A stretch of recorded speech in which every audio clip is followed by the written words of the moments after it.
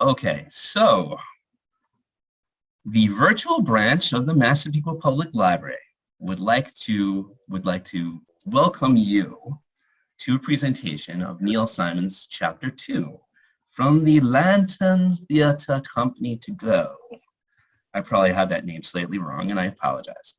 But we're really looking forward to it. We're sure that it will provide you with an entertaining and wonderful afternoon. And that said, I turn it over to the theater company. Thank you. Thank you, Lee. Okay. Welcome to Lantern Theater's debut Zoom performance of Chapter 2, written by Neil Simon. First, we'd like to thank Lee Gundell and the Massapequa Library for helping us bring the theater to the community. To get the most out of today's performance, we would appreciate if you would put your screen on speaker mode so that you see only one actor at a time on your screen. If you're seeing only me right now, you're in speaker mode and you're all set. If, however, you're seeing a series of boxes with the actors, go to the upper right-hand corner of your screen and click on the button that says Gallery View. That will change your screen to speaker view. If you're having trouble hearing the performance, it's probably because you need to turn up the volume on your own computer. So take a moment or two to adjust your volume now. You have been muted, and we ask that you do not touch any of the microphone controls. Please just stay on mute. After the show, we will ask you to unmute and turn on your video so you can ask questions and chat with the actors. You can even applaud if you like the show. The play will be done in 2 acts with about a 5-minute intermission in between. Please stay logged into this Zoom meeting during the intermission. You can walk away from your computer, but please don't log out. Please keep in mind that all the actors are in their own homes using Zoom for this performance. We ask that you are patient with the technology as there may be small issues here and there. Neil Simon's semi-autobiographical Chapter 2 examines what it means to truly love someone and asks whether finding a soulmate can happen more than once in a lifetime. The play, which takes place in 1975, focuses on a recently widowed writer, George, who is to be introduced by his press agent brother, Leo, to soap opera actress Jenny Malone, who is herself recently divorced. Do George and Jenny meet? Do George and Jenny want to meet? At the same time, Leo and Jenny's friend, Faye, both married to other people, are in their own ways discovering new relationships. Let's see how George, Jenny, Leo, and Faye get together to write the second chapter of their lives. Also, because we're not on a stage, we have a narrator, that's me, to help give context to the scenes. Enjoy the show. Act 1, Scene 1. George is looking through mail as Leo enters.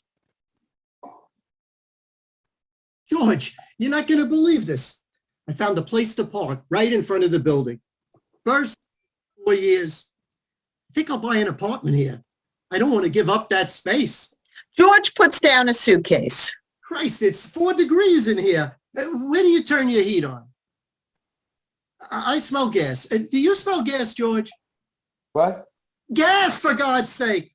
He runs into the kitchen as George continues to read the mail. Leo returns. It was on. Didn't you check it before you left? Thank God I didn't have a cigar on me. One match, we'd both be back in Italy. Where do you turn the heat on? George. What? Where's the thermostat? The thermostat? Oh, it's, Take your time. Accuracy is important. I'm sorry, the thermostat's on the wall, as you come into the bedroom. Are you all right? No. Am I supposed to be? You lost weight, didn't you? I don't know, a couple of pounds. Sure. Who could eat that lousy food in Paris and Rome? Do you smell gas? What? I smell gas. I think your nose is having jet lag, George. I was going to stay another week in Rome. Then I said, no, I have to get back. I'm really anxious to be home. I wonder why I thought that. You've got to see the bathroom. You left the shower dripping with the little window wide open. There are icicles hanging everywhere. It's beautiful. Looks like the John in Dr. Zhivago. What are you reading? My mail. Anything interesting? Not unless you like condolences and letters of condolence. I thought I answered my last one when I left. Leo comes out of the kitchen holding up food. You want to see sour milk? You want to see white bread that's turned into pumpernickel all by itself? You want to listen to something, Leo? George, you just got home. You're tired. Why don't you defrost the bathroom and take a bath? No, just one letter. Dear Mr. Schneider, my name is Mary Ann Patterson. We've never met, but I did know your late wife, Barbara, casually. I work at Sabrina's, where she would come in to have her hair done. She was so beautiful and one of the warmest people I've ever met. I always used to tell her my troubles, and she always found some terrific thing to say to cheer me up. I will miss her smiling face and the way she used to come bouncing into the shop like a little girl. God bless you and keep you, Mary Ann Patterson. What the hell did I read that for? It's very nice. It's a sweet letter, George. Barbara, she knew a whole world of people I never knew. She talked to people all year long that I only said hello to at Christmas. I think you could have used another month in Europe. You mean I was supposed to come home and forget that I had a wife for 12 years? Doesn't work that way, Leo. Oh, it was perhaps the dumbest trip I ever took in my whole life. I mean, London was bankrupt. Rome was on strike. I mean, why do Americans go to grief-stricken Europe to try to get over being stricken with grief? Beats me. I always thought you could have just as rotten a time right here in America. It was very spooky in London. Oh, I kept walking around the streets looking for Barbara. I know it's crazy, Leo, but I really thought to myself, it's a joke. She's just playing out some romantic fantasy. The whole world thinks she's gone, but we've met clandestinely in London and moved into a flat, and then we disappear from everyone and live our lives out in secret. Oh, she would have thought of something like that, you know. But she didn't. Oh, in Rome, I really got sore at her. I mean, really mad. I mean, how dare she do something like this to me? I would never do anything like that to her, never. You know, like a nut, I'm walking up the Via Veneto and I'm cursing my dead wife, Barbara. In Italy, they probably didn't pay attention. In Italy, they agree with you. Okay, Leo, my big brother. I'm back. Chapter 2 in the life of George Schneider. Where do I begin? I don't know. You want to go to a dance? You know you're cute. Does Marilyn think you're cute? Yeah, it's not enough. I want all the women to think so. Is everything okay at home? Couldn't be better. You sure? Never ask a question like that twice. Look, I gotta go. How about poker on Thursday? I'll let you know. Want me to get tickets for the Knicks game Saturday? We'll talk about it. What about dinner on Sunday? Monday? Maybe Tuesday will be my good news day. Hey, George. Okay, I'm okay. Just give me a little time, okay? I don't know what to do for you. I feel so goddamn helpless. Well, maybe you can come up tomorrow and show me how to open up tuna fish. Now I'm mad. I think it stinks too. I'm not going to forgive her for a long time, George. Leo walks over to George and embraces him. Listen, I'm coming back next week, and the two of us are getting bombed. You understand? I mean, I want you disgusting. Okay, let's take it one night at a time, folks. Blackout. Scene 2, Jenny Malone enters her apartment carrying a suitcase, followed by Faye Medwick, also carrying a small bag. I don't care how much traffic there was. No way is it $26 from Kennedy Airport to 84th Street. I mean, it is one thing to pay for his gas. It's really quite another to put his daughter through college. You remember that cabbie last year? Picked up this Mexican family at the airport, drove them into the city, and charged them $60. He told them that in America, the cab fare starts from the time you get on the plane. You know, it's really nice and warm in here. Did you leave the heat on for 2 weeks? I told the doorman I was coming back today. He probably turned it on this morning. Organized. You are just so damn organized. I'm hungry. We should have stopped off at the grocery. I dropped an order off with them before I left. They may have delivered it this morning. Faye exits to the kitchen. It is all there. Jesus, you fly 2,000 miles to get a divorce, and you remember to leave a grocery order. It's that Catholic upbringing. I majored in discipline. $4.62, please. And your plants look nice, too. You had them watered, right?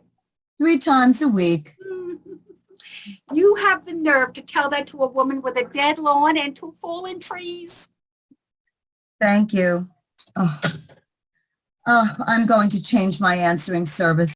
I get such boring messages. Is there anything you forgot? Nothing. I've got everything planned up until 5 o'clock. Starting at 5:01, help. Oh, if it's so warm in here, why am I shivering? Well, you just cut off 6 years of your life. No, I never realized I had so many books I never read.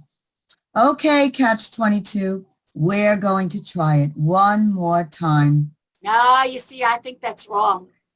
To read heavy material now is not what you should be doing. I would read filth. She looks out the window. Oh, God. What? I am watching the most gorgeous naked person across the street. Man or woman? I can't tell. It's a rear view. Oh, probably Lupe, the Spanish dancer. Beautiful body. Fantastic. Women. No wonder we drive men crazy. Some of us. Say, have you ever fantasized making love to a beautiful woman? You're not going to make any advances, are you, Faye? I'm really very tired. Sydney and I had dinner last week with this couple married 20 years. Let me tell you, that man never stopped fondling his wife for a second. They both said it was the best time of their lives, that they never really knew how to enjoy each other until now. And I thought to myself, shit, 12 years to go until the good times. Did you tell that to Sydney? Not yet. I can't get an appointment with the secretary. I don't understand you. I know more about what's wrong with your married life than Sydney does. What do you think would happen to you if you told him what you tell me in the privacy of this room? The next time you'd be picking me up at the airport. Oh, God, that infuriates me. Why are we so intimidated? I wasted 5 lousy years with Gus trying to justify the one good year I had with him. Dumb. You're dumb, Jenny Malone. All of us. We shouldn't get alimony. We should get the years back. Wouldn't it be great if just once the judge said, I award you 6 years, 3 months, 2 days, and custody of your former youthful body and fresh, glowing skin. Boy, I would be in such terrific shape if you were my mother. Oh, don't give me too much credit. I talk a terrific life. Now go on home. I want to crawl into bed and try to remember what my maiden name was. So now you sure you're going to be all right? I mean, all alone? No, but I want to be. You can call me in the middle of the night. Sydney and I aren't doing anything. Blackout. George opens the door and Leo enters. Sit down. I have to talk to you. Leo, there's a woman on the phone. asking me for a date. Yeah, so? Her husband was my chiropractor. He left her for an ice skater in Las Vegas. What does she look like? Oh, like someone you would leave for an ice skater in Las Vegas. So what's your problem? What do you mean? What's my problem? I don't want to have dinner with her. What do you want to have? Nothing. I want her to hang up. I don't want her to call me. She's probably a very nice woman, and I don't want to be cruel to her. I just don't want to have dinner with her. Would you feel better if I took her out? What's her name? I'll talk to her. Leo, please. Mrs. Zorn? Well, I'm sorry to keep you waiting, Mrs. Zorn. Well, I've always found it to be better to be completely honest. And, well, I'm not really anxious to go out at this particular time. Well, I've tried it a few times, and it wasn't all that successful. Well, I just don't think I'm psychologically ready. Well, I don't think I can give an exact date when I would be ready. Yes. Yes. Well, you sound charming too. Well, if I do reconsider, I will call. Yes. Goodbye. Christ, that guy leaves me with a bad back and his wife. Leo, women call me up on the phone. What else would they call you up on? They're so frank. They're so open. They just come right out with it. How do you do? I've recently been widowed myself. Or, hi, I'm a divorcee. I'm legally separated. I'm illegally separated. One woman called, and I swear, Leo, her husband was just on vacation. Listen, George, next to Christmas, loneliness is the biggest business in America. And you don't find that sad? Certainly, I find it sad. Now, if you want to feel sorry for yourself and everyone else in the world that suffered a loss, that's your concern. It is my job to brighten up the place. I am God's interior decorator, and he has sent me to paint you 2 coats of happiness. Leo, don't do this to me again. This is different. This girl requires a serious discussion. I think I found buried treasure, George. I haven't recovered from last week's buried treasure. All right, it's my own fault. I should have known after that first phone call. 3 honeys and 2 sugars and 1 babe. Well, that was a sure tip off.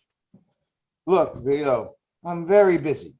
I've written 300 pages of my new book, and I don't even have an idea yet. All right, I apologize. I misunderstood. I just thought you wanted someone to have a good time with. Look at me, Leo. I'm a plain, regular person. I who eats fruit and I wear slippers.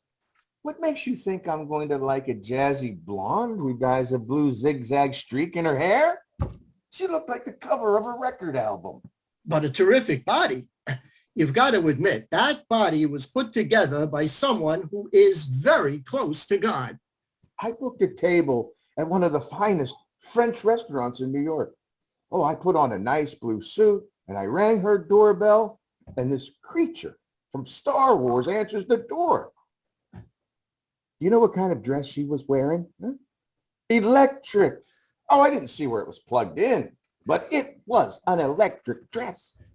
But you had a good time, right? Right, George? Come on, I went to a lot of trouble. Tell me you had a good time. What do you mean I had a good time? A thunderstorm came up and I'm standing there next to a lightning rod. Go home, Leo. George, I have set that girl up with some very heavy clients from Hollywood, and they have been very nice to me every Christmas. Are you telling me that she's a hooker? Are you telling me that thing from Con Edison is a pro? Would I do that to you, my brother? Bambi is a terrific girl. A little flashy on the exterior, yes, but no hooker. Why? Did she charge you anything? For what? I was wet. I was afraid to touch her. Bad move on my part, okay? Some like it hot, some like it milk and cookies. I know better now. But if you're telling me you're ready for a serious woman, George, I met her last night at 21. Close the door on your way out, Leo? I have a feeling about this, George. Don't deny me my feelings. Please. I have my work, my friends. Oh, the Knicks and the Giants and the Mets. My life is full. There are no more Barbaras left in the world. And if you meet them once in your life, God has been more than good to you. Oh, I will go out. I will meet people. But I have to find them in my own time, in my own way. Oh, I love you for what you're doing, but don't do it anymore. At least let me describe her. Nose, a couple of eyes, 1 or 2 ears. Let me leave her number. You don't have to call her right away, whenever you feel like. Leo writes a phone number down on a piece of paper and he exits. Blackout. Scene 4.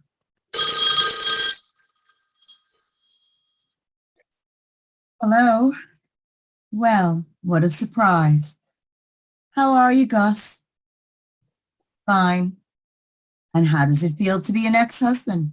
It's been a long time since I heard your bachelor voice. You got your old pizzazz back. I sound different? Oh, I guess it's a combination of post-divorce blues and the Mexican water. I'm not sure. I've got 3 more weeks on the soap. I've got an offer to go to Washington and do a year of rep at the Arena Theater. And you? Well, hang in. You always come up with something. It was very sweet of you to call, Gus. Well, I wish you every happiness, too. This has been the nicest talk we've had in a long time. Jenny goes to the door and opens it. It's Faye. Do you believe in miracles? Do you believe in saying hello? Well, 2 miracles happened last night at 21. The producer of As the World Turns saw me at our table. He called me today and offered me a part. Oh, congratulations. Oh, Faye, that's fantastic. Well, what's the part? Her name is Jarlene Indigo. Jarlene Indigo? Yeah, she's the new cellist with the Boston Symphony. Oh, I love it. Will you have to learn to play? By Monday. What's the second miracle? You remember that fellow Leo Schneider who came over to our table to say hello? Well, Cindy doesn't know, but I used to date Leo when I first got to New York. Anyway, he's got this brother George. He's recently widowed. You're not listening. What are you doing? I'm packing. If you don't know that this is packing, how are you going to learn to play the cello? Where are you going? Home to Cleveland. I just have an overwhelming desire to sleep in my own tiny bed. So how long will you be gone? A couple of days, a couple of weeks, maybe. In Cleveland, a couple of days are a couple of weeks. Can't you postpone it? Leo was going to try to get George Schneider to call you this week. Faye, how many times must I tell you I don't feel like dating right now? Well, that's perfect. Neither does George Schneider. And he's a writer, a novelist, I think. I met him once a few years ago. He's not gorgeous, but he's very sweet looking, with a very intelligent face. Faye, please stop. I appreciate what you're doing. You and Sydney have been wonderful. I loved the dinner at 21, and the date you fixed me up with was unusual but charming. It's all right. I know you didn't like him. Oh, it's not that I didn't like him. I couldn't see him. The man was 6 feet, 8 inches tall. All I could think of was, what if we got married and I had a baby? I'd be giving birth for days. You know, you sit there and you scrutinize everyone you go out with. I scrutinize? Yeah, your eyes burn little holes in them. That poor fellow last night kept checking to see if his fly was open. All right. I won't scrutinize if you'll stop arranging my social life for me. I told you it's not important to me. Why do you do it? I don't do it for you. I do it for me. What? I have visions of arranging the perfect romance for you. Someone with a dark, tragic background. Jesus, do I have to live out my life with your fantasy? What the hell? I'm arranging it. I might as well pick who I like.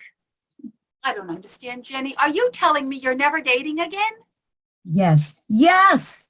I have dated, and I have gone to parties, and I have had it. If one more man greets me at the door with his silk shirt unbuttoned to his tan navel, his chest hair neatly combed, and wearing more jewelry around his neck than me, I am turning celibate. I'm going to spend the rest of my life doing good work in the theater. I am going to read all the classics, starting with Agamemnon. I'll work out my sex life the best I can, but first, I'll work it out in Cleveland. Blackout. Scene 5, George's apartment 2 weeks later. George is on the phone. Marilyn, George, is Leo there? Well, you can just yell into the bathroom. Ask him if he remembers where he left the phone number for Miss Jenkins or Jurgens or something like that. Well, she's the old woman he told me about who used to work for the Harvard University Library about 40 years ago. No, it's research for the book. Would you? Oh, wait a minute, Marilyn. Just a second. Oh, I found it. Yeah. Well, give Tina a kiss for me. Bye. He checks the paper and dials the phone. Jenny enters her apartment. She puts down her suitcase and answers the phone. Hello? Hello, this is, I'm sorry. I don't know if I have your name right. Well, this is George Schneider, Leo Schneider's brother. I believe he told you that I would be calling you. George Schneider? Yes, the writer. Oh, God, yes, George Schneider. It seems so long ago. I'm so sorry. You caught me at a bad time. I just got off a plane and walked in the door. Oh, I didn't know. Can I call you back? Well, yes, I suppose so. But, look, I'll be very honest with you, Mr. Schneider. I'm going through a sort of transition period right now, and I'm not planning to date for a while. Date? Well, did Leo say I was going to call you for a date? Well, he said you were going to call, so I assumed. No, this wasn't a date call. I'm very surprised at Leo, Mrs. Is it Miss Jenkins or Miss Jurgens? Is what? Your name. It's Malone, Jennifer Malone. Jennifer Malone? No, that's wrong. I could show you my driver's license. Well, that's not the number he gave me. Oh, geez, it's on the other side. I couldn't read his writing. Serene Jurgens was the one I wanted. Well, she's an elderly woman. She's about 85 years old. Well, you know what you want better than I do. Oh, look, I'm so embarrassed. Well, I was going to call you socially. I mean, at another time. I really was. Well, let's see how it goes with Serene first, okay? Goodbye.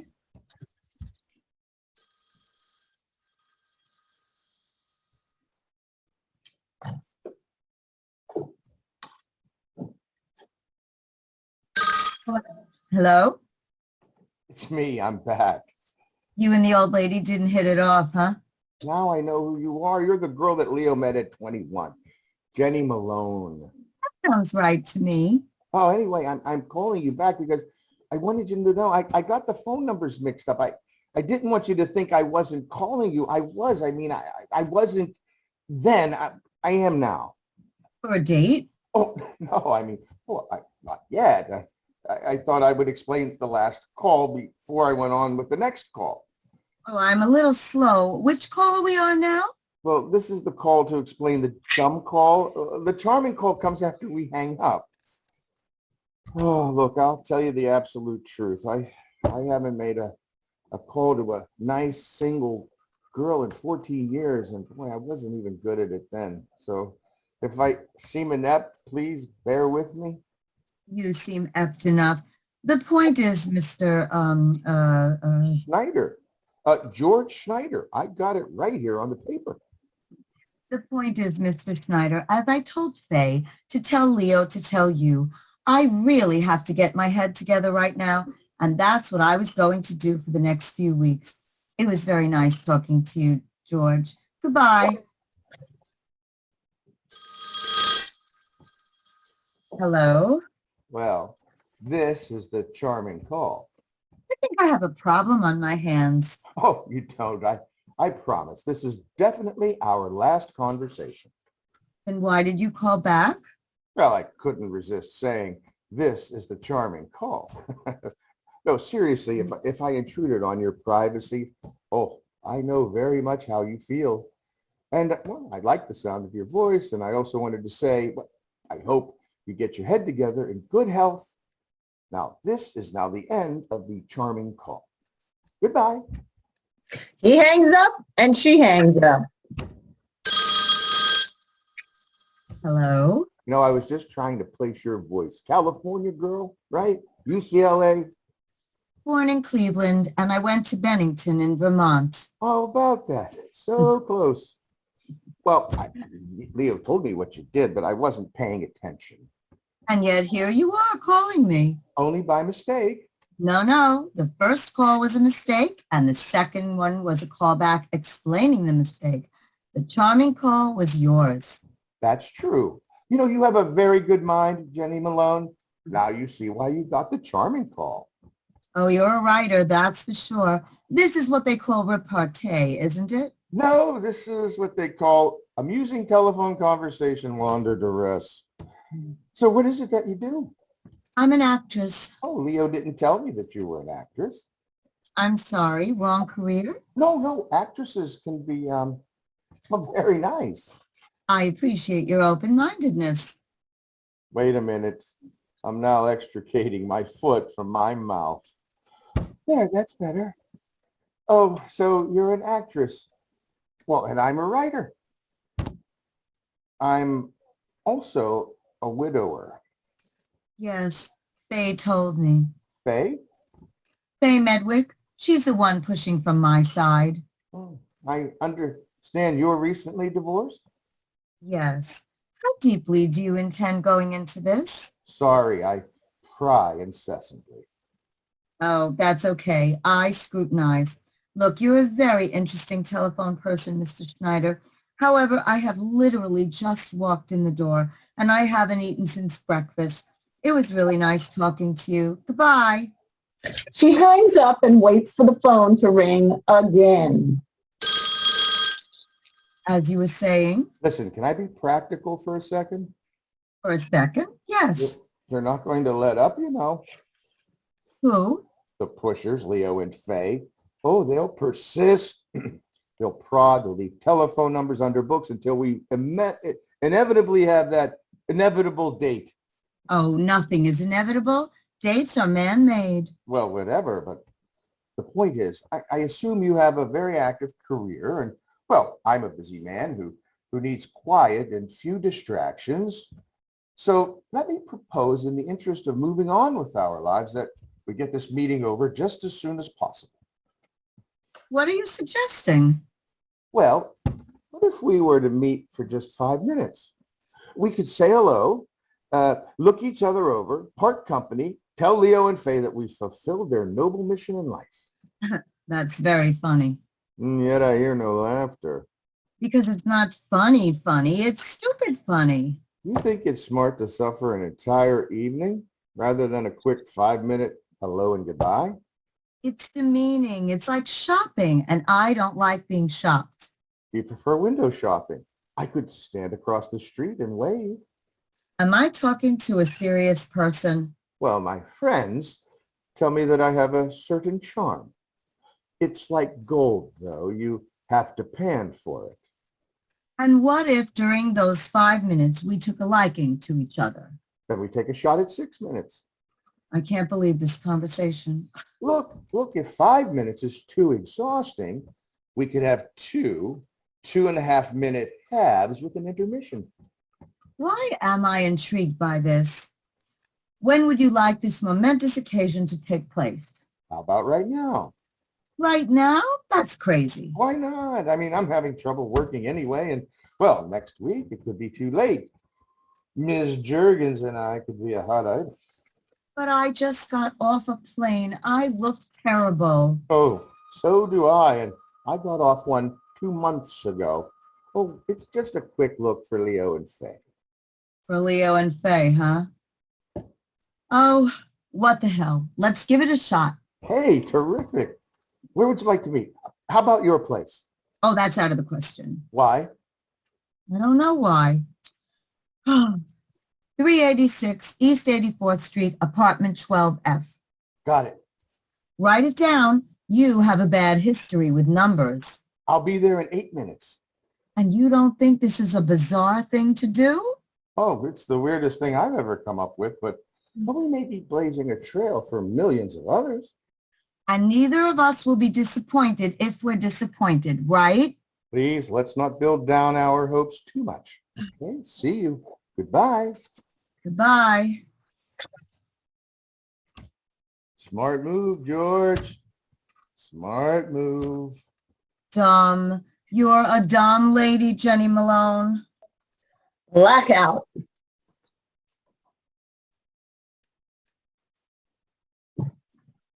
Scene 6. Jenny's apartment. 20 minutes later. Hello? Faye, I can't talk to you now. He's on the way over. George Schneider. Yes, you're George Schneider. Oh, it's not a date, it's a look. He looks at me and I look at him, and then you don't bother us anymore. I'll call you back when he leaves in 5 minutes. Because that's all it takes. Oh, damn it, he's here. I hate you. Goodbye. He answers the door.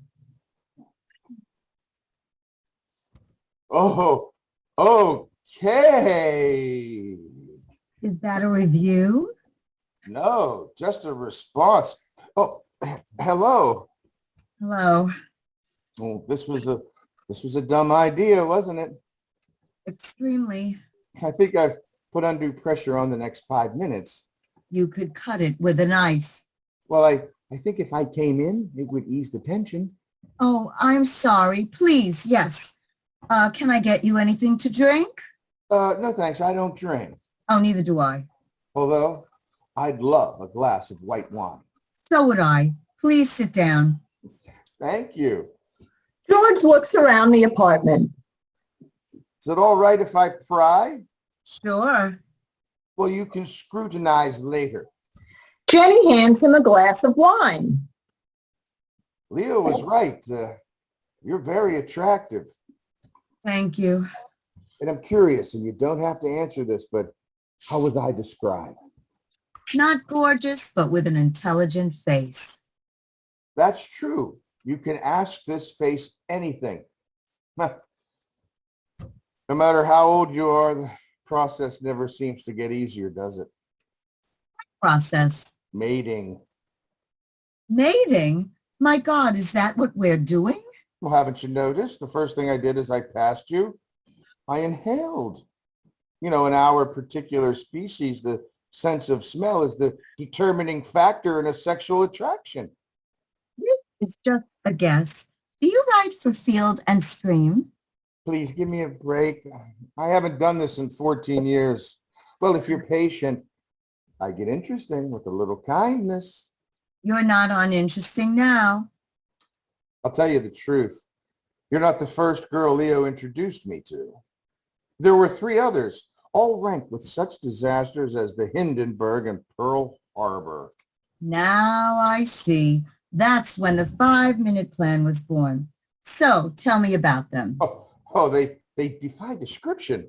Oh, please, defy it. All right, let's see. Well, first there was Bambi. Her name tells you everything. Then there was Vilma. Oh, a dynamite girl. Really? Yep, spent 3 years in a Turkish prison for carrying dynamite. Need I go on? No, I think I had enough. Since then, I've decided to take everything that Leo says with a grain of panic. And now I feel rather foolish because I was very flippant to you on the phone, and I find myself with an attractive and what appears to be a very intelligent and nice woman with an appealing sense of adventure. You think so? It's your 5 minutes, too. I was wondering why I said yes. I think it's because I enjoy talking to you on the phone. You're very bright, and I found I had to keep on my toes to keep up with you. Oh, is that unusual? I haven't been off my heels in years. What kind of books do you write? Oh, spy novels. Well, I only had 2 published. They were a modest failure. I mean, it means bring us more, but not too soon. I'd like to read them someday. Oh, I'll send you a couple of cartons if you like.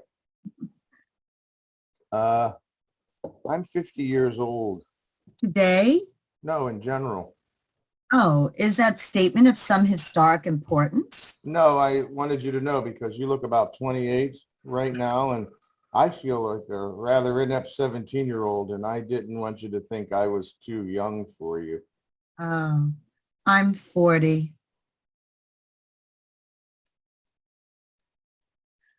Well, that was very nice, wasn't it? I mean, looking at each other like that. I wasn't scrutinizing. Well, that's okay. I wasn't prying. My hunch is that you're a very interesting man, George. Well, my advice is play your hunches. Can I get you some more wine? No, thanks. I think I'd better be going. I think we've hit it off very well, if you've noticed. I've noticed. Therefore, I would like to make a regulation date. 7 to 12, your normal basic hours. Aha, with grown-up clothes and makeup? Oh, bath and shower and everything. Sounds good. Let's make it. You mean now? Would you rather go home and do it on the phone? Oh, no, that's dangerous. Oh, I could get the wrong number and wind up with Miss Juergens. Let's see, what day is this? Tuesday. How about Wednesday? Wednesday works out well. Well, you could play hard to get and make it Thursday. No, let's stick with Wednesday, and I'll keep you waiting half an hour. Fair enough. Well, this was nice. I am very glad we met, Jenny. So am I, George. I just can't believe you're from the same man who gave us Bambi and Vilma. He exits. Blackout. Scene 7. George's apartment about a week later. Jenny enters, followed by George, who flops down on the sofa. George, where are the lights? I don't want you to look at me. George, where are the lights? She finds them and turns them on. God, that hurts. Do you want to lie down, George? Oh, I'm so embarrassed. Just give me a few minutes. I'll be all right. Just keep taking deep breaths. This is the closest I've ever come to passing out. Loosen your collar. I'll take your shoes off. First, I thought it was the wine, and then I thought it was the fish. Then I thought it was the bill. Jenny begins to massage George's feet. Oh, be careful. Be careful. What? Oh, What? I have very sensitive feet. Oh, I'm sorry. You're perspiring all over. Let me get you a cold towel. You mean my feet are sweaty? Oh, God, is it over between us, Jenny? Oh, shut up. I've rubbed sweaty feet before. You have? Oh, boy, you've really been around, haven't you? She starts to unbuckle his belt. Hey, what are you doing? Oh, stop. I'm just unbuttoning your pants. Please, no premarital unbuckling. I'm all right, Jenny. I'm all right, really. You look about 12 years old right now. Oh, 17 last week, 12 this week. Oh, I'm going to go and back into the womb by the end of the month. She caresses the back of his head. Oh, you're the sweetest girl. Thank you. I can't believe it's just a week. I mean, I feel like we're into our 4th year or something. Have you felt that too? As though it's not a new relationship at all. I feel like we're picking up in the middle somewhere of something that started a long, long time ago. That's exactly how I felt when I walked in your door that night last week. I said to myself, oh, no, how pretty, how interesting. No, I said, I wonder what she's like. I mean, I said, it's Jenny. I never met her, but I know her. Oh, how terrific it is to find her again. It's nice bumping into you again for the first time, George. He has a pained expression on his face. What is it? Is it the pain again? He takes out a handkerchief to wipe his eyes. George, oh, George, sweetheart, what? Tell me. I don't know, Jenny. It's all right. Whatever you're feeling, it's all right. I keep trying to push Barbara out of my mind. I can't do it. I've tried. I know. I don't really want to. I'm afraid of losing her forever. I understand. It's all right. I mean, I know I'll never stop loving Barbara, but well, I feel so good about you, and I just can't get the two things together in my mind. It all happened so fast, George. You expect so much of yourself so soon. On the way over in the cab tonight, I'm yelling at the cab driver, "Can't you get there faster?" But then some nights I wake up and I'm saying, "I'm never going to see Barbara again." And hope to God it's just a dream. I love you, George. I want you to know that. Please, give me a little time, Jenny. Just stay next to me. Be with me. Just give me a little time to tell me how happy you make me feel. I'm not going anywhere, George. You can't lose me. I know a good thing when I see it. Jeez, just when I thought I had food poisoning, it's just a mild case of ecstasy. Why did it scare you so, George? We were sitting there holding hands and you suddenly broke into a cold sweat. Because it's not supposed to happen twice in your life. Well, who said so? Oh, don't ask me intelligent questions. You're talking to a man who just swooned into his butter plate. Come on, I'll show you the house. I want to see everything. Shall we start with the bedroom? Okay. Well, if we start with the bedroom, we may end with the bedroom. Endings are just beginnings backwards. It's going to be one of those fortune cookie romances, eh? They head for the bedroom. Blackout. Scene 9. George's apartment 3 days later. Leo paces nervously. George, will you let somebody else in New York use the phone? George enters from the bedroom. I'm sorry, Leo. It was an important call. I had to take it. Are you all right? Oh, I'm wonderful. I'm terrific. I haven't felt this good in a very long time. Leo, listen, I'm glad you dropped by. You look tired. You don't have good color in your face. I'll have a painter come in on Tuesday. He'll show me some swatches. Leo, will you just stop worrying about me? I want to talk with you. I called you 1 o'clock in the morning last night. You weren't in. Leo, I'm fine. Everything is wonderful. Wanted to talk about me. I'm in trouble, George. What? Marilyn wants to leave me. Oh, come on. What? Is that a joke? My wife wants to leave me. Why? She's got a list. Ask her. She'll show it to you.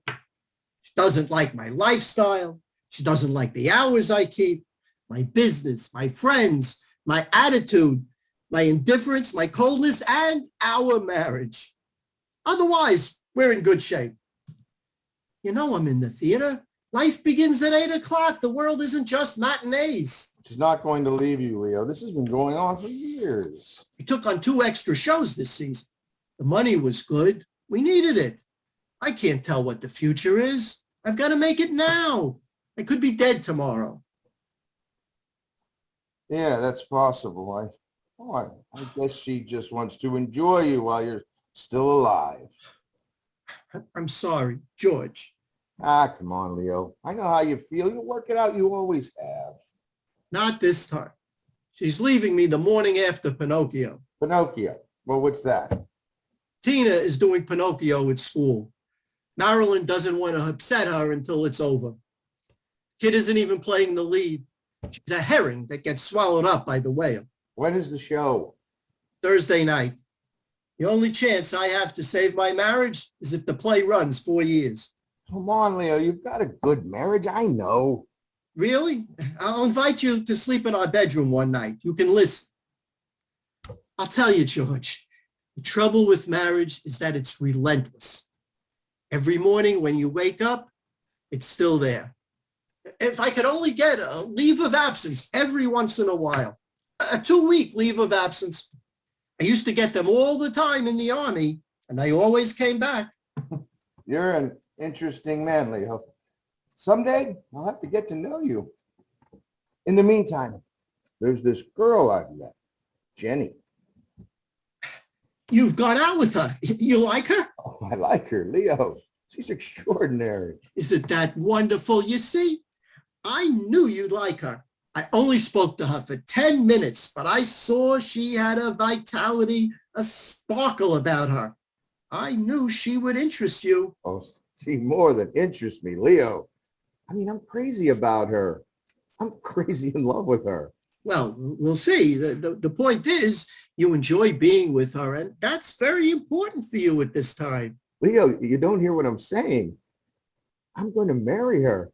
Look, it's possible. She could be wonderful for you when things calm down, when you get to be your old self again. I would love to see it happen. Well, we're getting married on Monday. Monday's a terrific day to get married. You missed the weekend traffic. Seriously, George, I'm glad you like the girl. Well, we took the blood test. I got a license. It's Monday morning, 10 o'clock, Judge Ira Markowitz's chambers, and I'd like you and Marilyn to be there. To be where? Come on, Leo, you just heard me. Jenny and I are getting married on Monday morning. Wait a minute. Play that back again. What are you telling me? You mean on Monday morning, you're marrying a girl I met for 12 seconds in a restaurant? I'm marrying Jenny Malone. Oh, good. You know both names, so you must have had a chance to talk to her. Oh, I've lived with her for 20 hours a day for the last 2 weeks. I know everything that I want to know about her. 2 weeks? You've known her 2 weeks? I eat eggs that have been boiled for 2 weeks. What the hell is 2 weeks? Well, wait a minute. What happened to how interesting she is? What happened to her vitality, her sparkle? Can't you wait to see if she's still sparkling in 6 months? 6 days, 6 months. What the hell difference does it make? Well, I only knew Barbara for 8 weeks, and that marriage lasted for 12 years. George, you're vulnerable now. You're in no shape to make a decision like this. You know me, Leo. I'm not self-destructive. Well, I wouldn't do something that would hurt me and Jenny just to satisfy a whim. No, I love her. I want to make this commitment. It's my fault, George. I never should have introduced you to Bambi. After Bambi, you were ready for anything. Just wait. You'd wait 6 weeks for a dentist appointment, and that's with pain in your mouth. Have dinner with us tonight, you and Marilyn. I really don't think a couple breaking up is the best company for a couple just starting out. Well, call Marilyn. Well, maybe being around us will give you both a chance to work things out. Why can't you accept the fact that Marilyn and I are separating? And why can't you accept the fact that Jenny and I are getting married? Oh, okay. What if you just wait a couple of months? Let her move in here with you. Is she against that? She's not a Mormon or anything, is she? Well, what's the point of delaying the inevitable? Well, she'll wait if I ask her. Ask her. Well, she'll move in if I ask her. Please, ask her. Monday morning, criminal courts building. I'll be wearing a blue suit. Wait a month. Wait a month for me. I'm not marrying you. Wait a month for me and I'll wait a month for you. I'll try to work things out with Marilyn. I'll keep us together somehow for a month. If you and Jenny will do the same for me. We're wasting a lot of time, Leo. You know that. You know that, Leo. This conversation, it used up my entire engagement period. Would you mind if I talked to her? Jenny? Yes. Would you mind if I met with her alone and told her how I feel about all this? Yes, I certainly would. Well, she doesn't have to interview to get into this family. Are you afraid she might agree with me? All right. Go ahead. You want to talk with Jenny, talk with her. But I promise you, a half an hour with her, and you'll come back wondering why I waited so long. Thank you. I'll call Jenny tonight. Would you like me to call Marilyn? I mean, we could wrap the 4 of us up in one night. Listen, I could be wrong. I've been wrong before. When? I can't remember when, but I must have been. I don't know what the hell I'm doing in publicity. I was born to be a Jewish mother. Leo exits. George goes to the phone and dials. I love you. Do you love me? Of course I do. Who is this? Well, you're going to get a call from my brother. He thinks we're crazy. Well, of course we are. What else is new? Jenny, I've been thinking. Let's call it off. Let's wait a month. Maybe a couple of months. All right. Whatever you say. And I'd like you to move in here with me until we decide what to do. I'll move in whenever you want. I'm crazy about you. I feel the same way. Then forget what I said. It's still on for Monday morning. I'll be there with my little bouquet. They both hang up. George picks up a framed photo of Barbara. Blackout.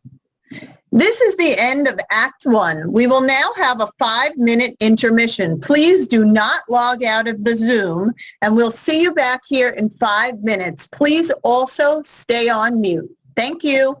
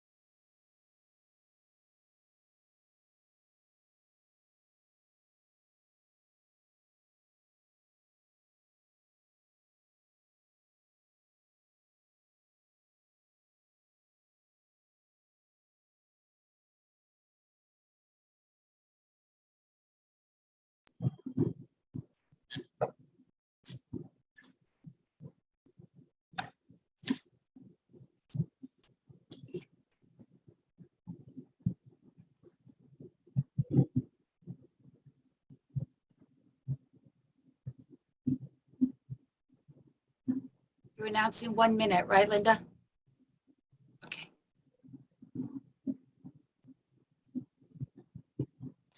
Actors and audience, about 1 minute until we start with Act 2. Actors, please get ready.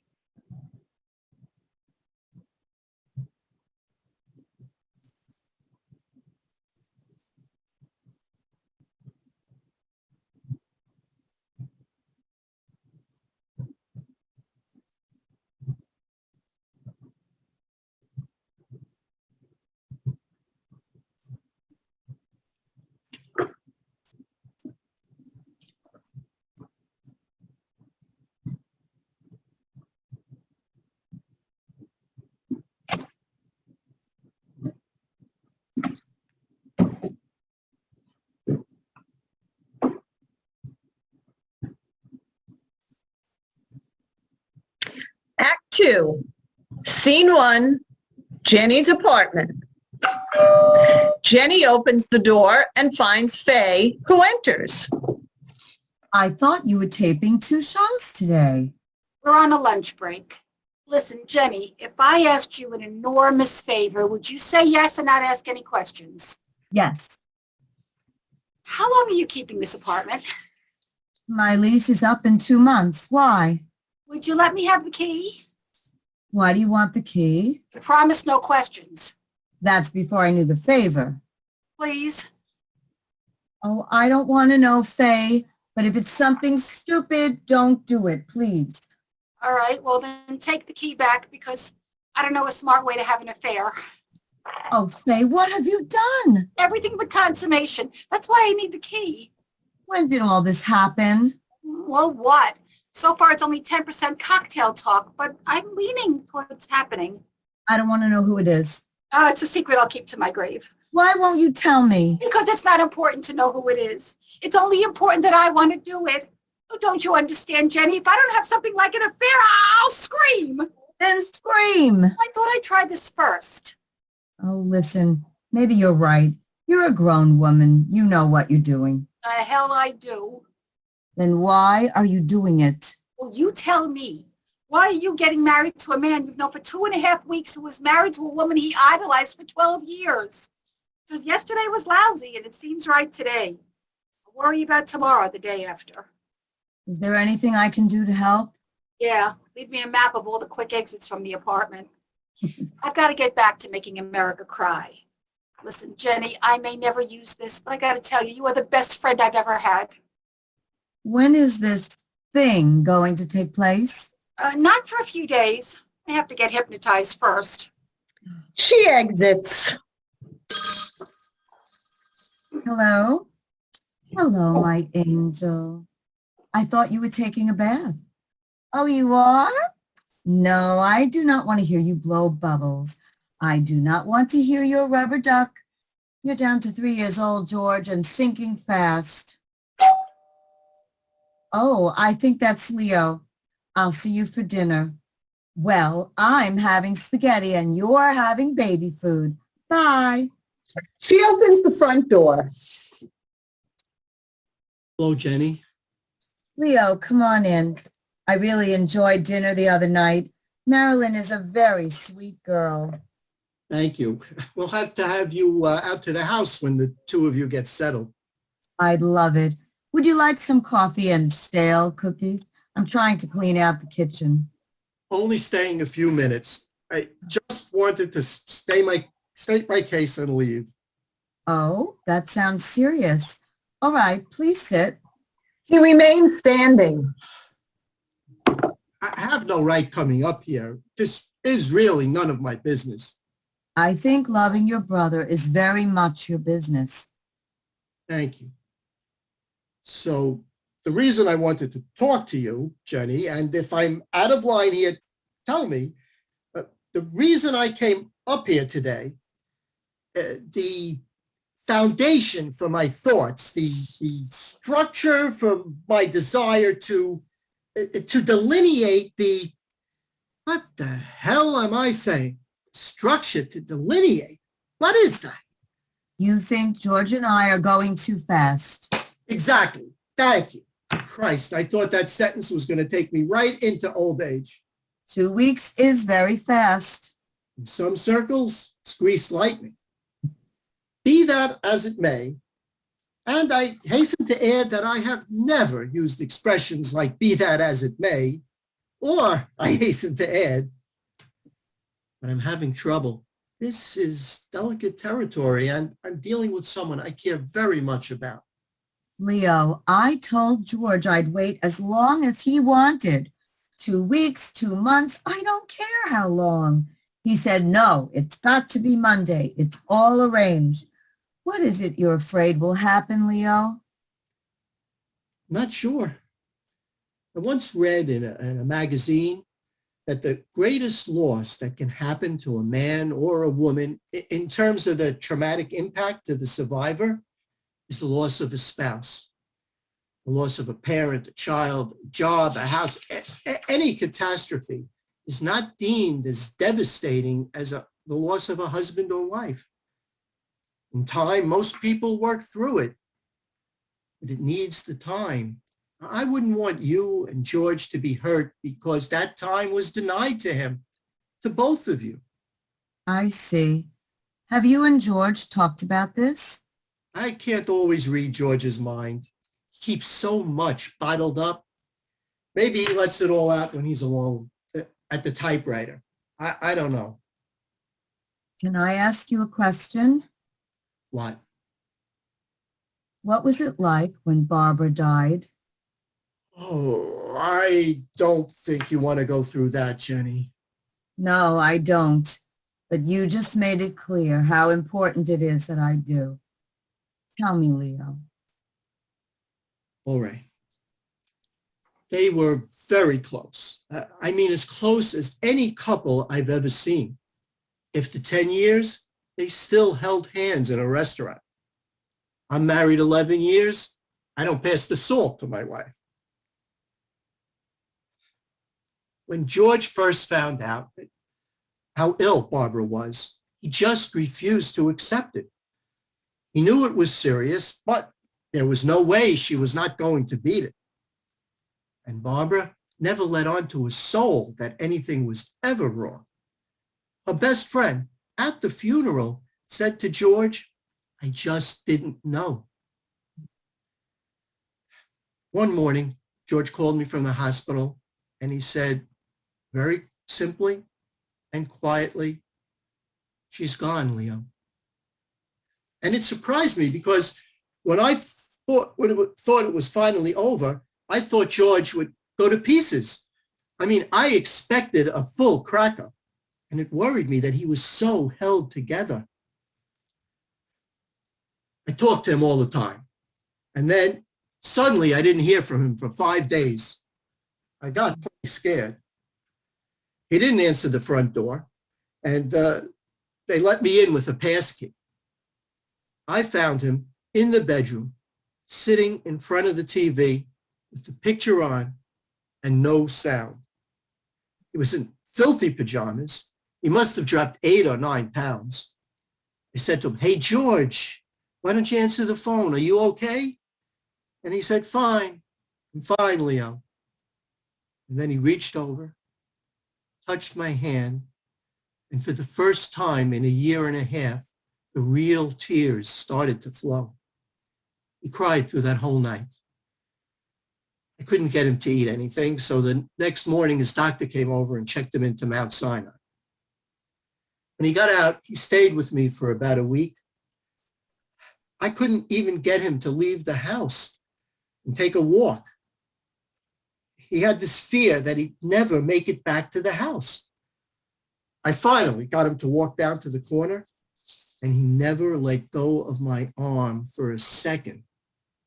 A few weeks later, he went into therapy, a really good doctor. He went for a month and then suddenly decided he wasn't going back, and he wouldn't explain why. So I called his doctor, and he told me that that George was making a very determined effort not to get better.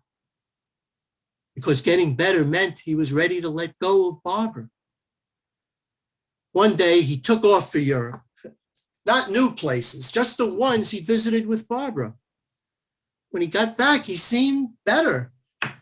But so I, in my usual dumb, impulsive way, figured he would want what I would want, companionship.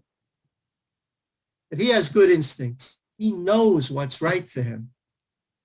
And I swear to you, Jenny, you are the best thing that could happen to that man. I was just hoping it would happen a little later. I'm sorry, but you wanted to hear it. I hope you understand. I'm trying hard to. In other words, I think the smart thing to do is to wait, to get one thing over with before you move on to something new. Is it unfair of me to say that? Forgive me. I'm sorry. But just let me get angry for a second, because I think I deserve it. Maybe you're right, Leo. Maybe George hasn't really dealt with Barbara's death yet, and maybe I haven't asked enough questions. I can only deal with one thing at a time. And even if there was no Barbara to deal with, this is scary enough. And I am goddamn petrified. Well, you shouldn't be. What do you mean I shouldn't be? The thing I was most frightened to hear, you just sat there and told me. That he loved her? Yes. That he was miserable when she died? Yes, of course I know it, but I don't want to hear it. Not now, my God. I'm moving into the woman's house Monday afternoon. That's my point. I'll wait as long as he wants, but it was his choice. He picked the date. And if that's not the sign of a man who wants to get healthy quickly, well, then I don't know what is. Who picked me out as the stable one, Leo? I've just come from 5 years of analysis and a busted marriage. I couldn't believe how lucky I was when George came into my life. And now look at me. I'm so damn nervous everything might fall apart. It all just feels like it's hanging by a string, and this sharp pair of scissors is coming at me, snapping away. Jenny, I swear to you, the only reason I brought it up at all is because I feel so responsible. I'm the one that made the match. Well, let me put your mind at rest. There are powers even higher than matchmakers. I promise you, Leo, even if what we're doing isn't right, I will make it right. Hey, I'll buy that.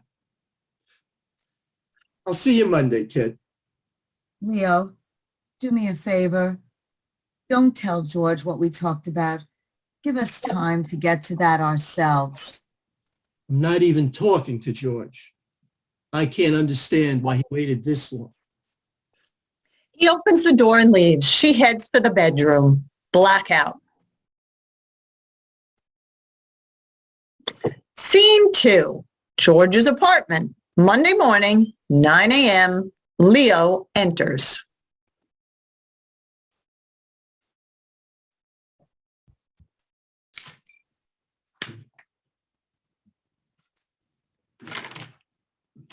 I've been waiting downstairs 15 minutes. Are we getting married today or not?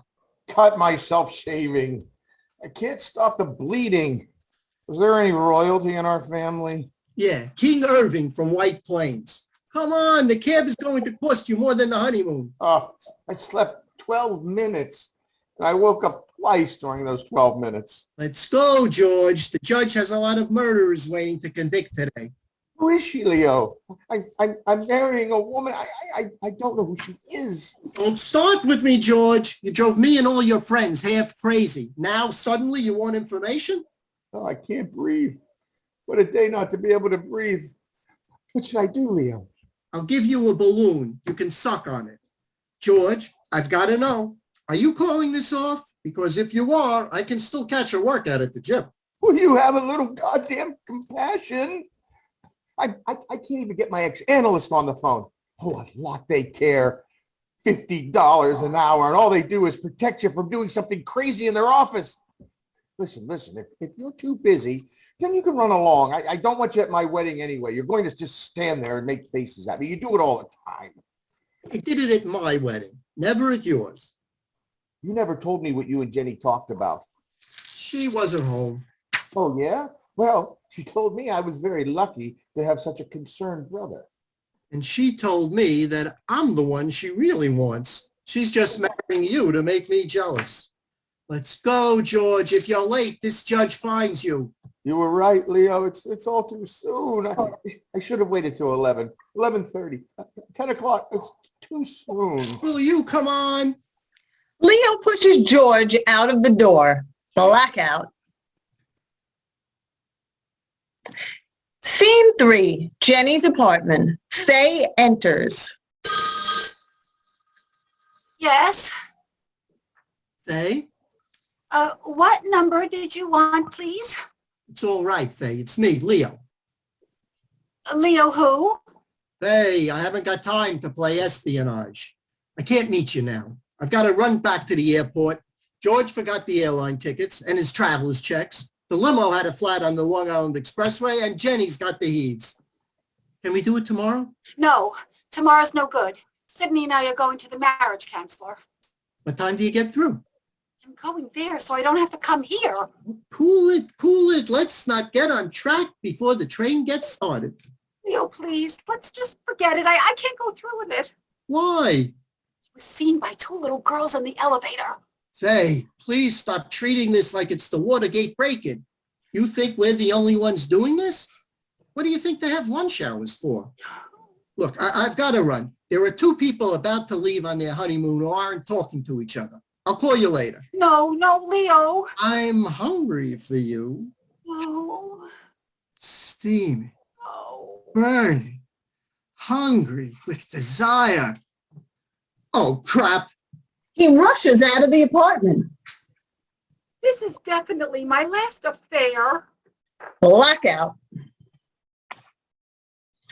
Scene 4, George's apartment 1 week later. George and Jenny enter. That was fun. 3 days of rain and 2 days of diarrhea. Don't forget to put your watch back an hour. I don't want an hour. Let him keep it. Any mail for me? You've only been living here for 38 seconds. You're going to read your mail now? From my publisher. He wants some revisions. Again, you revised in Barbados. Anything soft to drink? I think there's some beer in the refrigerator. I could strain it for you if you like. No, thanks. I think we have all the strain we can handle. How many glasses of wine did you have on the plane? 2. How many? 4. You had 7. I had 6. 2 at the airport. That makes 8. All right, it was 8, but it wasn't 7. Don't accuse me of having 7. You're tight, Jenny. Oh, is that what's been bothering you all day, George? That I drank too much? I can't help it. I don't like flying. I asked you to hold my hand, but you wouldn't do it. So I drank some wine instead. I did hold your hand. And when I did, you drank my wine too. All right, George, just get it all out. You're angry because I ate your macadamia nuts too, aren't you? And your package of Trident chewing gum. And I read the Time magazine you bought before you. You're sore because I knew what happened to people in the news ahead of you.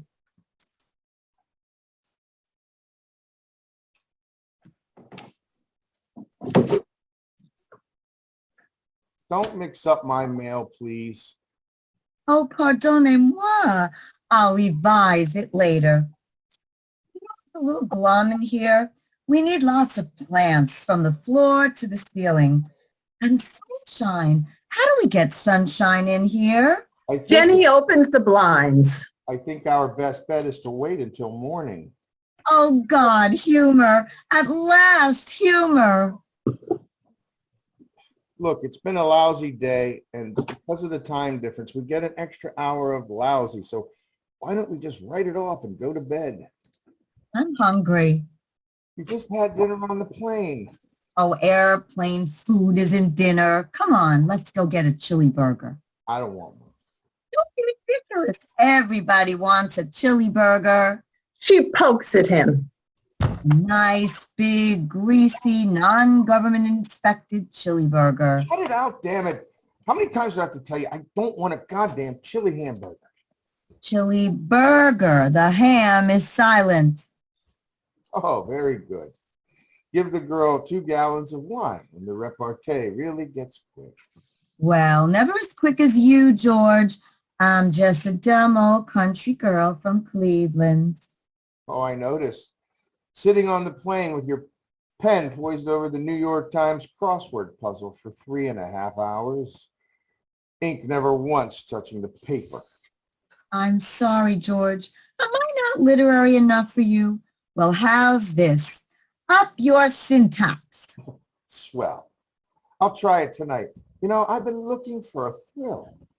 I've tried everything, including my funniest faces, to get a smile out of you since 8 o'clock this morning. Listen, why don't you just try an hour of quiet? Oh, I tried it in Barbados, and it turned into 24 hours of gloom. Listen, I'm walking a very fine line tonight. There was a lot of things I'd like to say that would just get us both in trouble, and I don't want to deal with it now. Let's just go to bed, and let's hope this extra strength Tylenol can do all they claim to do, okay?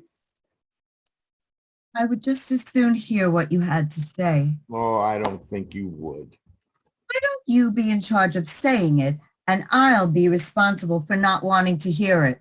As honeymoons go, I don't think you got much of a break.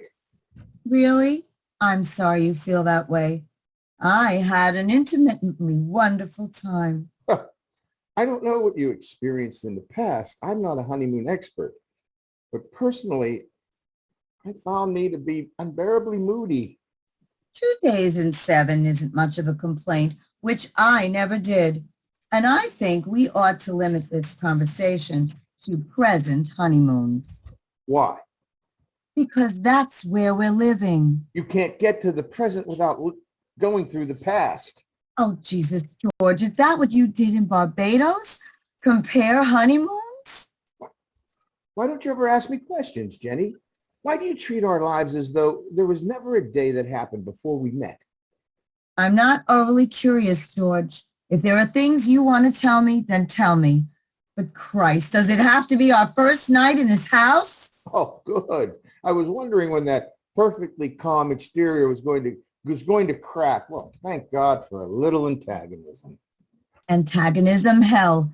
That's pure fear. We haven't even started this conversation yet, and I'm scared to death. Why?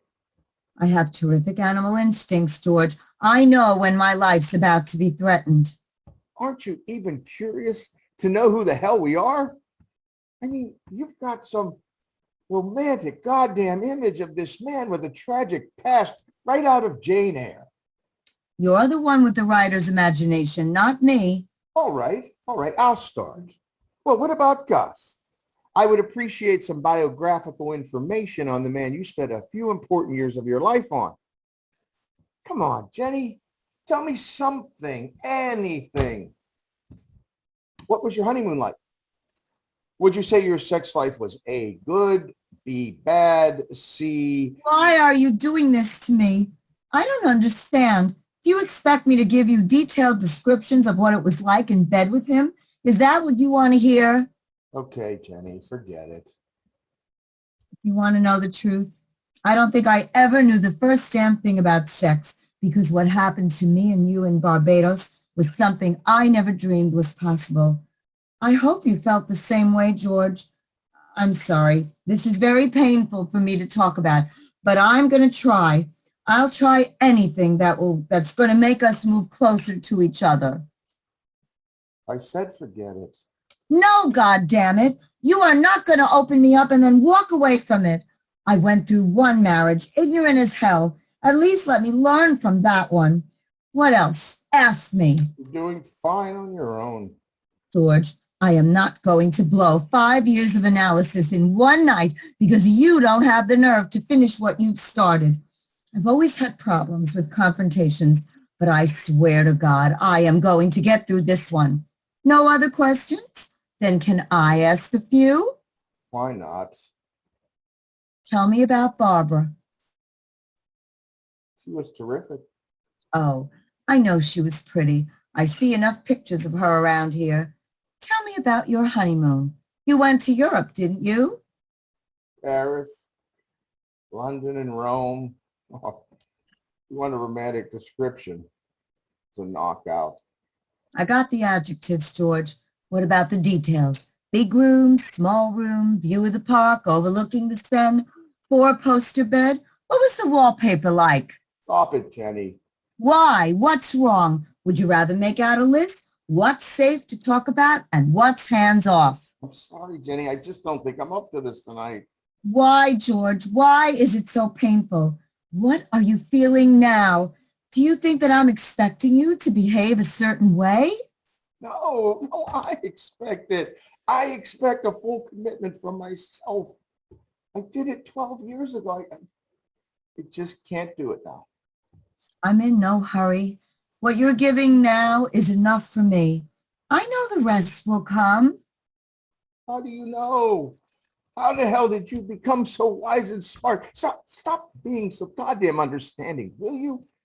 Force the crap out of me. Then what do you want? Bitterness? Anger? Fury? You want me to stand toe-to-toe with you like Barbara did? Well, I'm not Barbara. And I'll be damned if I'm going to recreate her life just to make my life with you work. This is our life, George. And the sooner we start accepting that, the sooner we can get on with this marriage. No, you're not Barbara. That's clear enough. Oh, Jesus, George. If you want to hurt me, you don't have to work that hard. Sorry, but you give me so much room to be cruel. I don't know when to stop. I don't feel like making you happy tonight. And I don't feel like having a wonderful time. I don't think I wanted a terrifically wonderful honeymoon. I resent everything that you want out of marriage that I already had. And for making me reach so deep inside to give it to you again. I resent being at L or at M and having to go back to A. And most of all, I resent not being able to say in front of you that I miss Barbara so much. Oh, Christ, Jenny. I'm sorry. I think we need a little outside assistance. What do you want to do? I don't know. I don't want to make any promises I can't keep. Whatever you want. Oh, we got, as they say in the trades, problems, kid. Blackout. Scene 5, Jenny's apartment 2 days later. Faye enters wearing a sheet. Leo follows her, zipping up his pants. Sorry. Forget it. Don't be like that. What should I be like? It was an important phone call. I had to take it. Not your taking it that bothered me. It's when you took it that I thought was badly timed. Half my year's gross income depended on that call. He's my biggest client. Come on back, Faye. What do you say? They won't call again. You mean you actually gave out this number? I changed taxis 3 times coming here and you gave out this number? It's just a number. It could be a luncheonette. He doesn't know. Faye, that phone call meant $30,000 to me. Jesus, I'm worried I'm going to be emotionally scarred for life and you're getting rich. So tense, Faye. You've been tense since I walked in the door. I knew when I came in and we shook hands, things weren't going to be relaxed. I'm no good at this, Leo. I'm nervous. I'm clumsy. Don't be silly. You've been wonderful. Sorry about your shoes. It's just a little red wine. They're practically dry. Socks too? Don't worry about it. Hey, Faye. Faisy, have I offended you in some way? Have I been inconsiderate, insensitive? Aside from adultery, you've been a perfect gentleman. Oh, I don't know. I just didn't think it would be so complicated, so noisy. Noise? What? Yeah, my heart. Pounding like a cannon. They must hear it all over the building. I'll turn on the radio. They'll think it's the rhythm section. Hey, I'd like to dance. Are you serious? Absolutely. You think it's corny? Well, to be a very corny guy. Come on, dance with me. With red wine in your shoes, you'll squeak. Leo pulls Faye to her feet. Come on.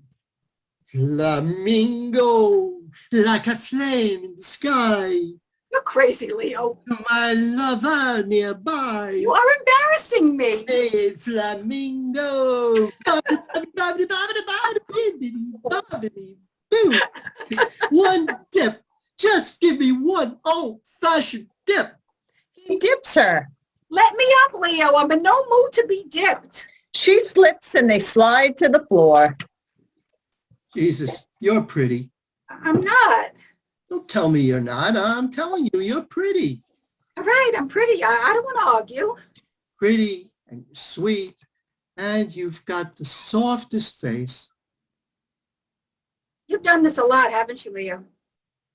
You get some particular thrill in dousing me with ice water. Yeah, but you're so good at it. I admire your professionalism. It's all so well crafted. You know, like a really well-built cabinet. Where do you find a parallel between my lovemaking and woodwork? I may be new at this, Leo, but I'm not naive. You've had affairs with married women before, haven't you? No. Leo, you've done this a lot. There was one woman, but she was waiting for her divorce to come through. A lot. Maybe one other. You've done it a lot.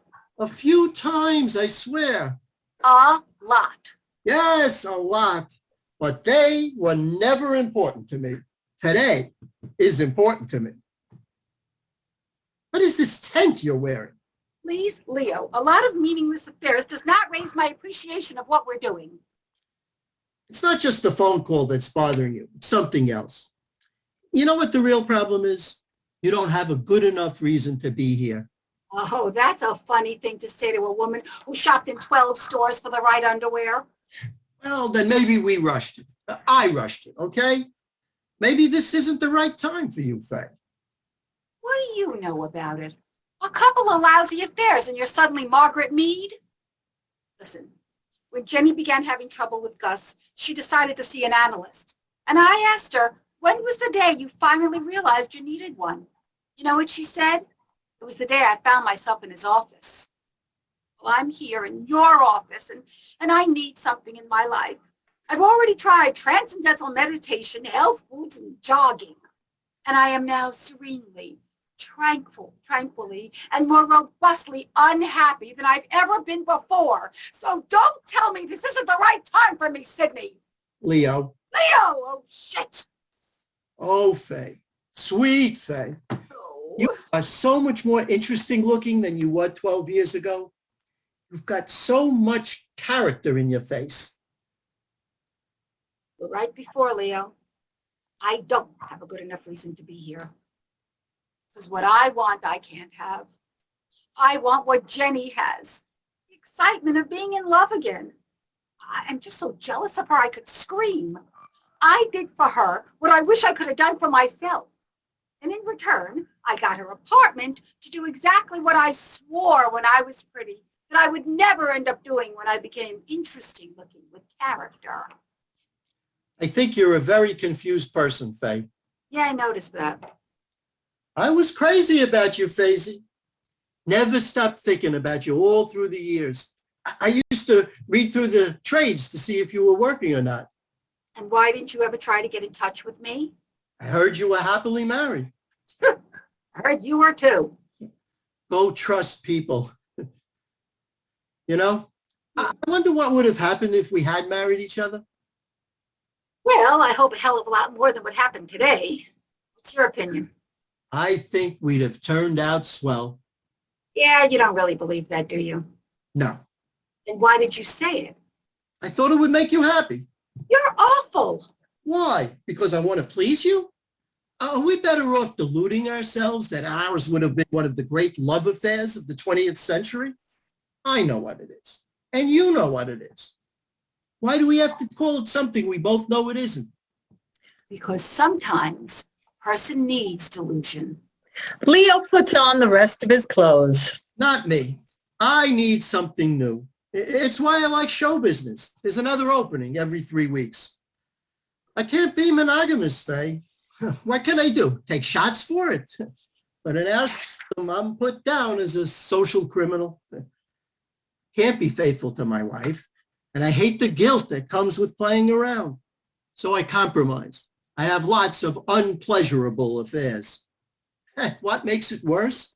I really do care for Marilyn. I don't like crawling into bed at 2 a.m. and feeling the back of a cold, angry woman.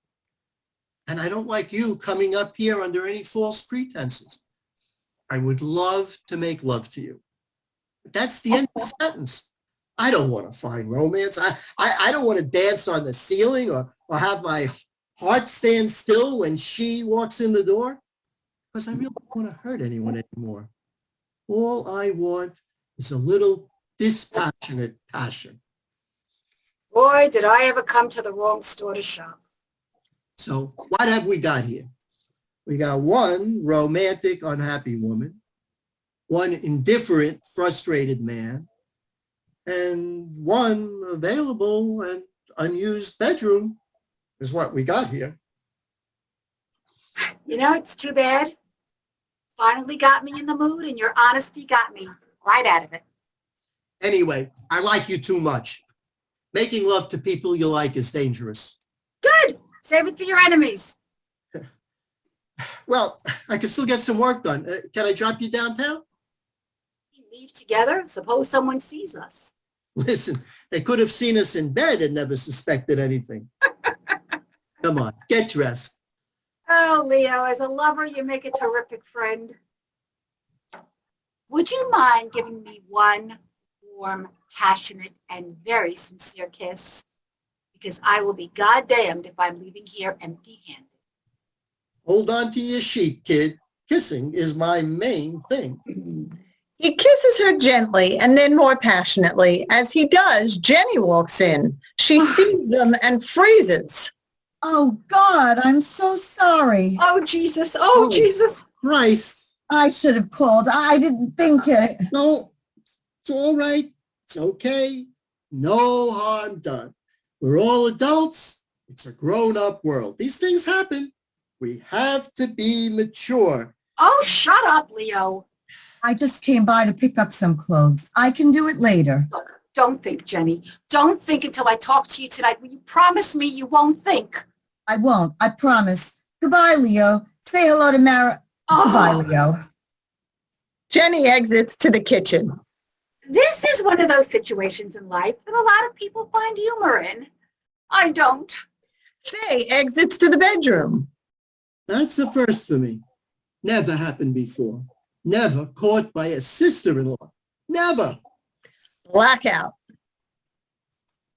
Scene 6, George's apartment about an hour later. George enters from the bedroom carrying a suitcase.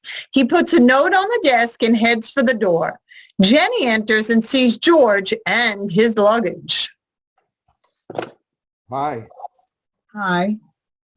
You had some messages. Jill James at CBS called and said you'd start shooting again on Monday. They'll send the pages over tonight. And Faye called a few minutes ago, said it was urgent to talk with you. And can you have lunch with her on Tuesday, Wednesday, Thursday, and Friday?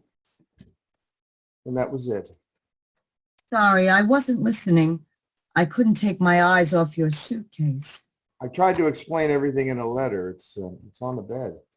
Oh, good. I was worried I wasn't getting any mail. Where are you going?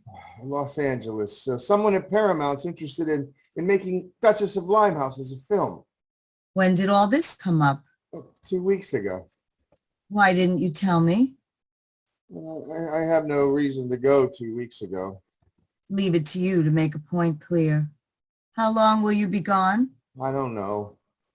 Where will you stay? I don't know. Just going to circle the airport for a few days? You never lose your equilibrium, do you? You think not? I'd hate to see an x-ray of my stomach right now. I don't think us being apart for a while is going to do any damage. Probably no worse than being together the past few days. But if it's really important that you get in touch with me, Leo will know where I am. Oh, and I'll know where Leo is. I don't think I have anything more to say. Do you? I have no statement to make at this time. Well, I'm glad some work is coming your way. I know it's important to you. It's what you want. Oh, I'm glad you know what I want, George. If you told me 5 years ago, I could have saved a lot of doctor money. I was busy 5 years ago. Oh, you don't have to remind me. Interesting how this all worked out. You pack up and go and leave me with all your memories. Oh, go on. Get the hell out of here, will you? Your mystery plane is waiting to take you, shrouded in secrecy, to your phantom hotel on the intriguing West Coast. Even your life is turning into a goddamn spy novel. George sits down. I've got a few minutes. I don't want to miss out on what promises to be our most stimulating conversation, since I thought you were an 85-year-old woman on the phone. Isn't it amazing? The minute I get angry and abusive, it's one of the few times I can really hold your attention. What can I say that will really hurt you, George? I want to send you off happy. She goes to punch him. He blocks her arm. Just going is reward enough. You know what you want better than me, George. I don't know what you expect to find out there except a larger audience for your 2 shows a day of suffering. I know I'm not as smart as you. Maybe I can't analyze and theorize and speculate on why we behave as we do and react as we do. But there's one thing I do know. I know how I feel.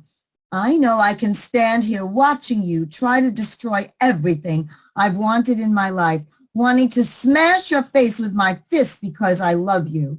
And you won't even make the slightest effort to opt for happiness. And still, I know that I love you. You mean so much to me that I am willing to take all your abuse and insults and insensitivity because that's what you need to do to prove that I'm not going to leave you. Well, I can't promise I'm not going to die, George. That's asking too much. But if you want to test me, you go ahead and test me. You want to leave? Leave.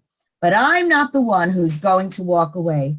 I don't know if I can take it forever, but I can take it for tonight, and I can take it next week. Next month, I may be a little shaky. But I'll tell you something, George. No matter what you say about me, I feel so good about myself. I'm wonderful. I am nuts about me. And if you're stupid enough to throw someone sensational like me aside, then you don't deserve as good as you've got. And don't you tell me what I want, because I'll tell you what I want. I want a home and a family, and I want a career too, and a dog and a cat and 3 goldfish. I want everything. There's no harm in wanting it, George, because there's not a chance in hell we're going to get it all anyway. But if you don't want it, you've got even less chance than that. Everyone's out there looking for easy answers, and if you don't find it at home, just hop into another bed, and maybe you'll come up lucky. Maybe. You'd be surprised at some of the maybes I've seen out there lately. Well, none of that for me, George. You want me, then you fight for me, because I'm fighting like hell for you. I will admit, however, I do have one fault. Sometimes I don't know when to stop talking, and for that, I'm sorry, George. I apologize. I am now through. I'll tell you one thing. I'm glad you're on my side. Do you mean it, George? Oh, I didn't hear half of what you said because I was so mesmerized by your conviction. I'm crazy about you. I want you to know that. I know that. No, you don't know that. I am absolutely crazy about you. No, I didn't know that. You're right. I want to walk over right now and I want to take you in my arms and I want to say, okay, we're done with the bad stuff. Now, what's for dinner? I'm stuck, Jenny. I'm just stuck someplace, and it's driving me crazy. Something's keeping me here, glued like this big, overstuffed, dumb chair. I could rearrange the furniture. Don't make it easy for me.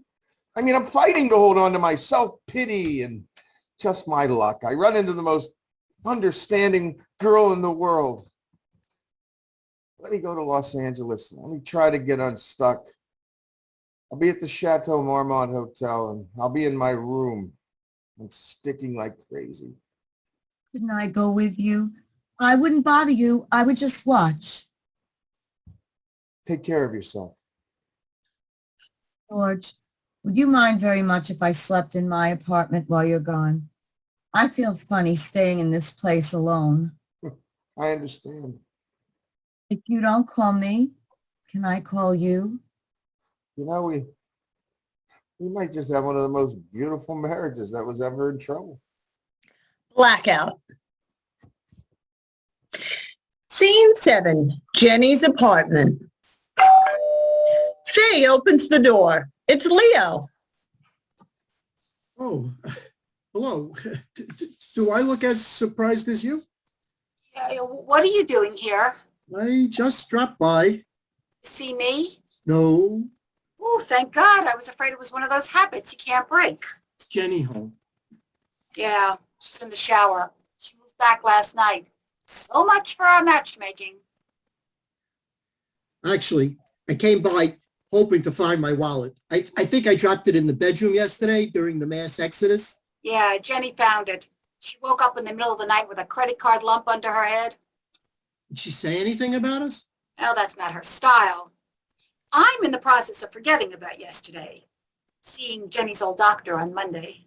That's terrific. I'm glad you're doing something constructive about your problems. What about you, Leo? What are you doing? Nothing. I have no intention of changing, so why should I pay some doctor to make me feel guilty about it? What about you and Marilyn? Gonna separate? Yeah, but not this year. We have too many dinner dates. Well, I'll see you around, kid. Every place but here. Keep your options open. Makes life more interesting. Why is it that the more you say things I don't like, the more attractive you get? That's what's going to cost you $50 an hour to find out. We never did finish that warm, passionate, friendly kiss. You know what? I think I'm just crazy enough to do it. As they kiss, Jenny walks in from the bedroom, drying her hair with a towel. Hey, was that the phone I heard before? Oh, Jesus, is that the same kiss from yesterday? My regiment was just called up and I'm saying goodbye to everybody. Leo, have you heard from George? No, but give him a couple of days, Jen. He'll figure it out. Jesus, life was so simple when we were kids. No matter how much trouble you got into outside, when you got home, you always got a cupcake. He exits.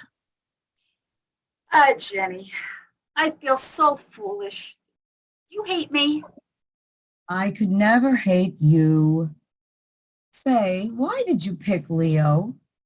I was intimate with him before I met Sydney. I just wanted to practice with someone I already knew. Well, you have a peculiar bookkeeping system. Anyway, Sydney and I are going to an adult motel in New Jersey this weekend. From now on, I'm only cheating with the immediate family. I gotta go. You sure you're gonna be all right? I mean, being here all alone? Wait a minute. Am I having a deja vu, or have we played this scene before? Yeah, the dialogue does seem awfully familiar. Oh, God, our life is on a loop. Does this mean I have to go out with that giant from Chicago again? I'd better get out of here before Leo comes in with a bottle of red wine. There's a lesson to be learned from all of this. I wonder what the hell it is. She exits. Blackout. Scene 8, George's apartment. He enters. Jenny. In her apartment, Jenny dials the phone. Los Angeles. I'd like the number of the Chateau Marmont Hotel. Yes, I think it is West Hollywood. Oh, 6561010. Thank you. She starts to dial, but then hangs up. Patience, Jenny. Don't pressure him. As she sits back, George completes dialing a number. Oh, God, I'm so smart. Hello? Serene, Who? is this Serene Jenkins? Well, it's George Schneider, Leo's brother. I just arrived on the coast, darling, and I'm free. Tell me you're joking, George. Right now, I wouldn't know humor if it hit me with a truck. Oh, well, then you better pull off the highway. How are you? What have you been doing? Watching the telephone. Nothing good on until now.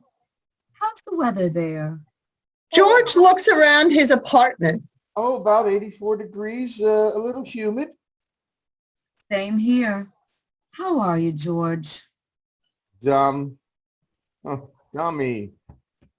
Dumbo. Why? Well, when Barbara and I had a fight, I'd walk around the block and come back 20 minutes later feeling terrific. And at the airport, I said to myself, of course, that's what I should do. And that's what I did. I can't believe it. You mean you just walked around the block? Yes. Well, what's so dumb about that? I was in the Los Angeles airport when I thought of it. Well, where are you? Here or there? Wait, I'll look. Looks like I'm here. You're back. You're in New York? Oh, I never even checked into the Chateau Marmont. I suddenly remembered a question Dr. Gannon told me to ask myself whenever I felt trouble coming on. The question is, what is it that you're most afraid of would happen if? I'm listening.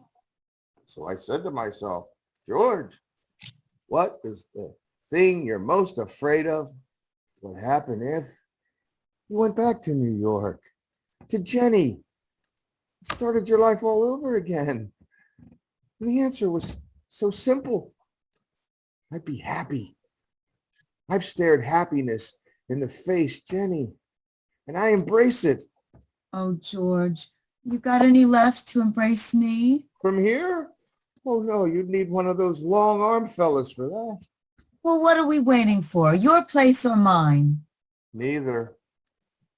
I think we have to find a new one called ours. Thank you, George. Oh, I was hoping we would.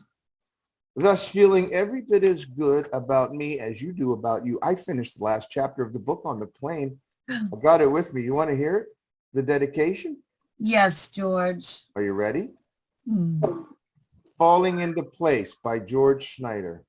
The dedication to Jenny, a nice girl to spend the rest of your life with. The end. You may now unmute yourselves, and we're going to introduce the cast, and when we're done, you can make comments, clap, ask the actors questions. So with that, we hope you enjoyed the show, and in the order of appearance, Leo, played by Bob Alpert. Flamingo.